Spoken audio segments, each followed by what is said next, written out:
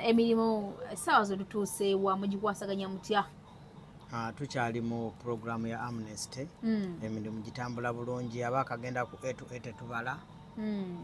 Abaakagenda ewaka betuwadde tickets nabo bayitirivu nga New World Visa Expert.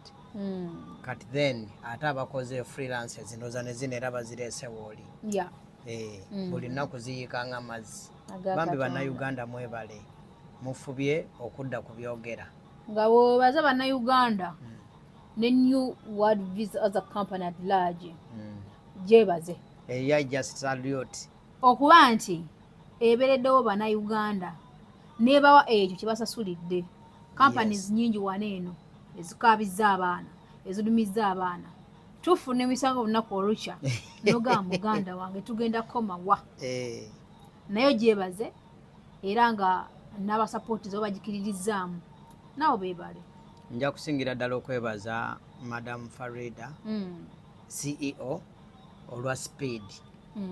Tino Speed okulaba nga freelances zifuluma essaawa eno kuba Amnesty yakatandika okulaba nga tuli wano tetunatuuka mu 20th naye ng'olaba freelances zisobola okufuluma mbutuufu ye yasinga. She's a freelance master. Kana akazanya akategeera bulungi. Yasinga mu kana akazanya. Kazi mwangamba eto ani asinga okazanyaako. Sigwe. Nze nsinga. Ako gwe osinga okazanya no New World Visa. Ne ku Visit Visa. Ne Visit Visa. Nkutta. Otomu. Ne ku freelance. CEO na yako yakutirawo. Kazi Ronnie yo omusanga w'okusigira ddala. Ronnie muzibu. Mu bya tour. Naye tatudde. Mu bya desert safari. Anyway.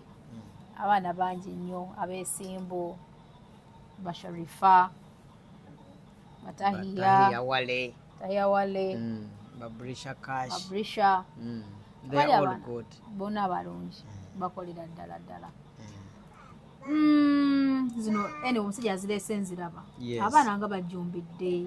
Abaana baagala. Funa. Abaana baagala empapula. Myaka 2. Nga teryamunyeenya beeyagale kabadde wakanga we bakomawo naye bano bonna babadde tebalina byogera myaka 3 bano bonna tubalaba bwe tuti temulimu muntu azze ate buno busamambiro kuba twakatandika linda omwezi ogunaggwerako happy client ku happy client. Anyway yes mbadde nzize okujja okulaba emirimu gy'abakama baffe gitambula gitya bulungi nnyo.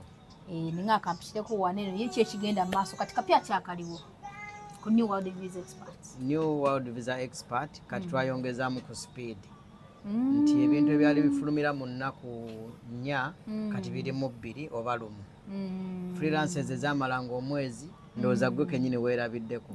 Abamu wano wabasanga nga tebannakolako yadde offer letter ku ssaawa eno amannya ogalabye nga ID zikoze eki nga zifulumye ekitegeeza nti kati Speed tuli mu 18. Yes twagala tufubutuke n'emyezi gino 2 gigenda okuggwako at least nga New World Visa Expert ekozeeko 80%.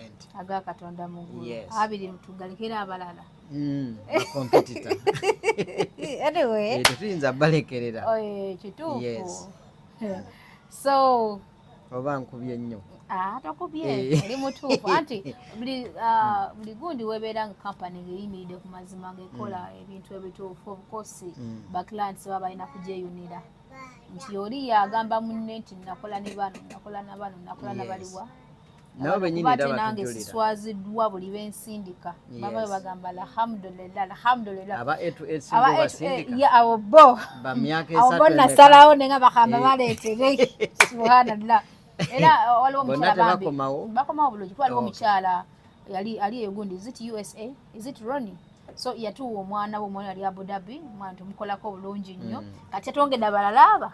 Buuza Ronnie. Aba.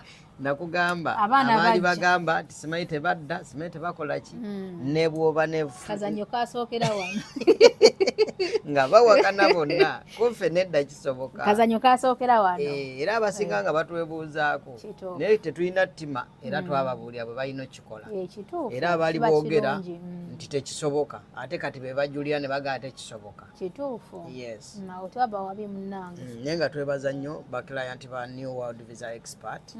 We salute you all. Sijja kwongerako mujje tukole ne New World Visa Experts visas abagala okuba ku kisaawe abagala byansula mwagala visit visa nga muva mu nsi yonna gye mbeera muli mwagala air tickets mwagala buli category ya visa yonna gye wali owuliddeko aba New World Visa Experts bajja bikolera byonna bakadaama abaana bagala okujja okukola mu biyumba basekadaama mwagala okujja okukola fewe tuli tugenda batasa mu buli ango. Yes. New World Visa Experts ye kimala mubeere bulungi.